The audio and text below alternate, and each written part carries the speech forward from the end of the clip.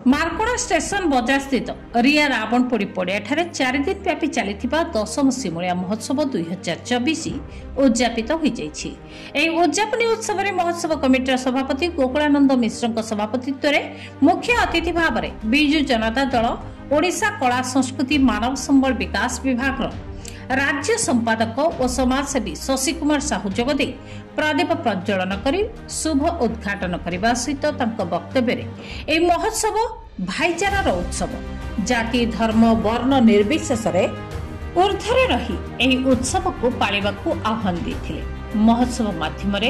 कला संस्कृति को आगे नेबा एक माध्यम तथा सिमुलिया खैरा निर्वाचन मंडल रे अंचलवासी आनंदित और उत्साहित होई पारुछंती सेथिपई आयोजक और कमिटी सदस्य को खूब प्रशंसा करथिले। मुख्य वक्ता भाव में स्वर महोत्सव सभापति गौरी शंकर घड़ई जोगदी कमिटी सदस्य को धन्यवाद देवा सहित उपस्थित थिबा विराट जनसमूह को प्रशंसित करथिले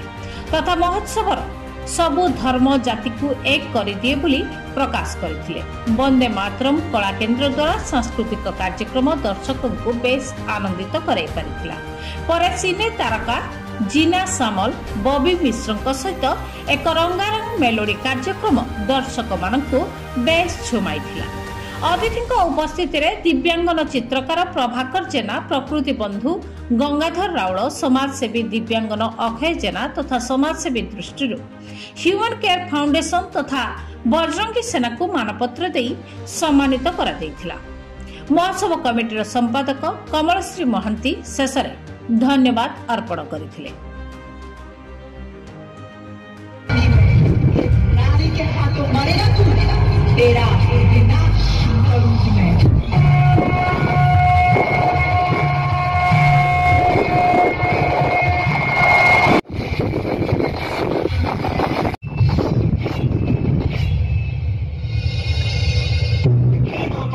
मिश्र महोदय मोर प्रिय गोकुलानंद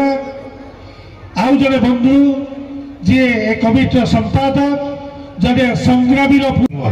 के कॉन्फिडेंस को कि ओवर कॉन्फिडेंस को आज दशमतम सिमुलिया मार्कोड़ा महोत्सव मंच में बसी मोर बड़ भाई अग्रज जड़े शिक्षाविद राजनीतिक उद्देश्य मत डका जा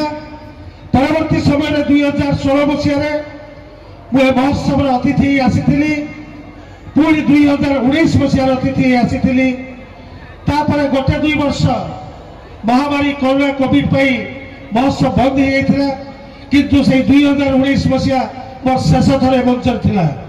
बहुत दुखर सहित अंतरात्मा कांदी कहूँ जिते महोत्सव को आसुली ए महोत्सव उपदेष्टा एवं स्रष्टा सेताकार मोर प्रिय हरीश भाई एवं शशांक भाई मत सान भाई भाई भल पाती पाछटी नहीं आनी आज से नहांती आज मुझे मंच माध्यम अंतरात्मा सहित श्रद्धांजलि अर्पण करुच्ची। ए वर्ष भारत वर्ष